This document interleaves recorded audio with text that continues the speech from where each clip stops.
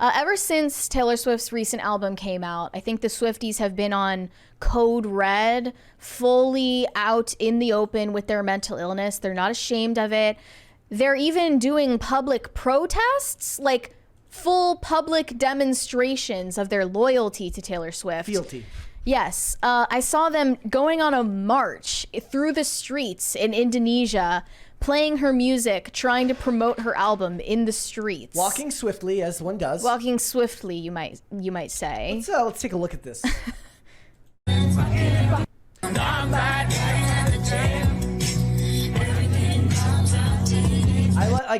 She should make a boombox that could be like the official boombox sponsor of these types of events. Are we gonna get copyrighted for this? I think No, it's I don't not, think so. I don't think it's not an actual audio.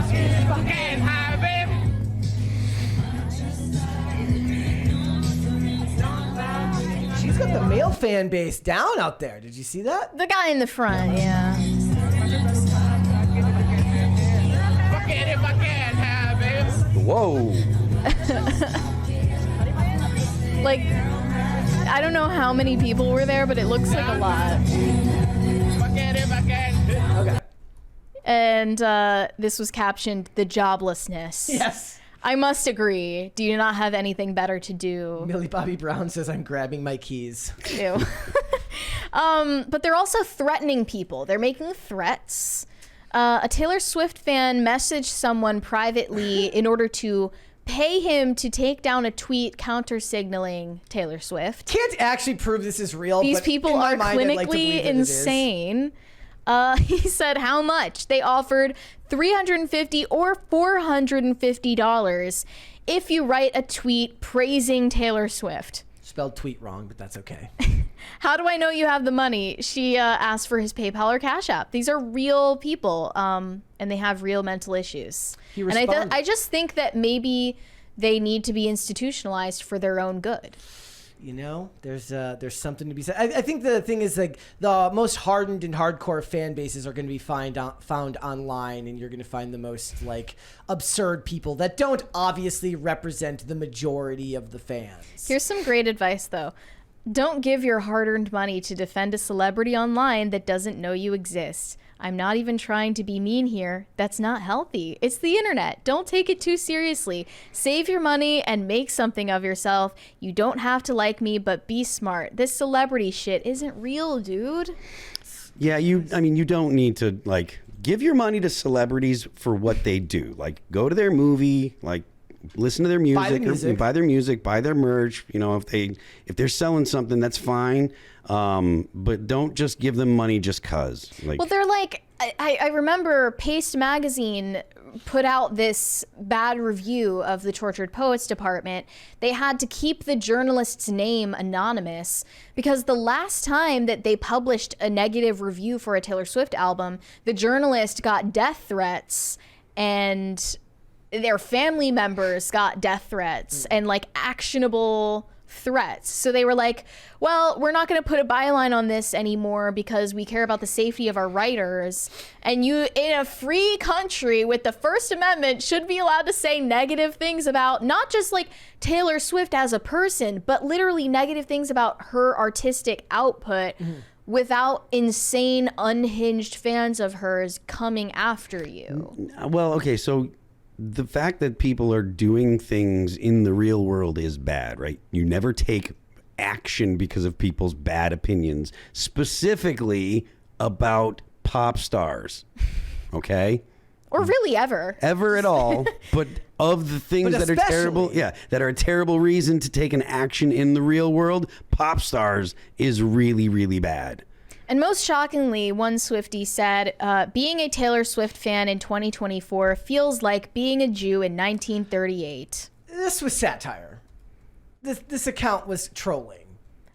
It was. Satire coming from maybe a place of martyrdom I read complex. through some of the responses. It was very clearly, if not engagement farming, it was trolling for the sake of it. And this post has since been removed by that person, or maybe the account was deleted. I don't know. There is a community note saying, unlike many Jewish people in 1938, Taylor Swift fans are not facing imprisonment or execution for being fans of Taylor Swift, but they should. I just added that part, and it was a total joke. I did not mean that. Yes.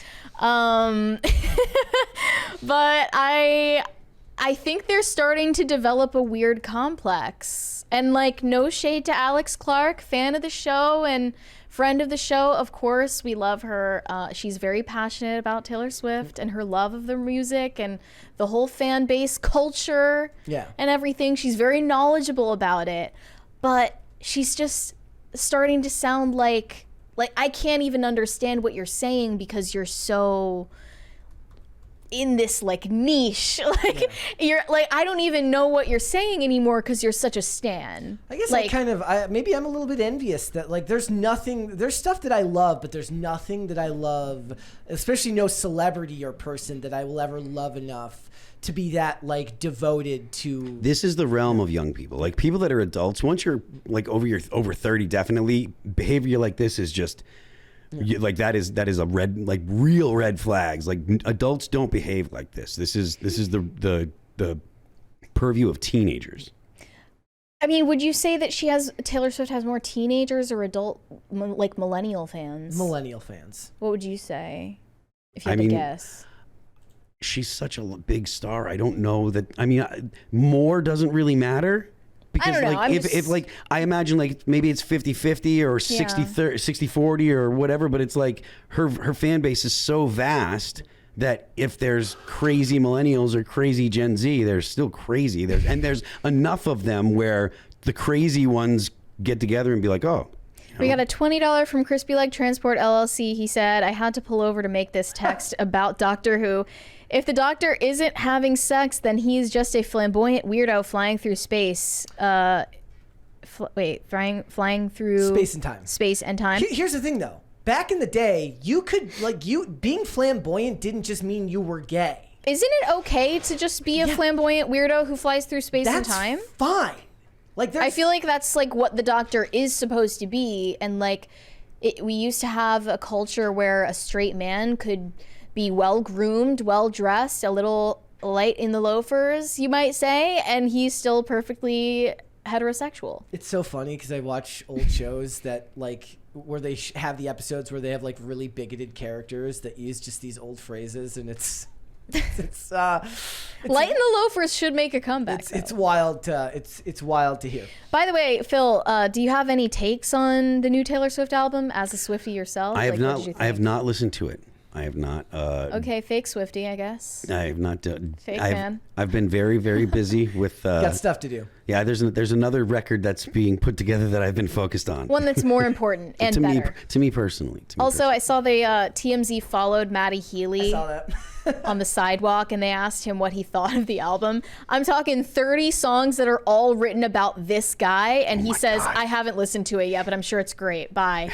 That's the right response. Taylor Swift must be screaming right now. She's like, bro, I'm busy. I got stuff to do. Like she is, she must be having a whole new mentee be right now, because imagine writing 30 songs about a man who doesn't care enough to even listen to the album. There's something histrionic about all this. Oh yeah. And over the top, where in a world where, especially if you're a Swiftie, if you're a millennial woman, things are just so good for you right now for the average American that you have to create these types of problems elsewhere and attach to things that aren't really connected to you in the same way.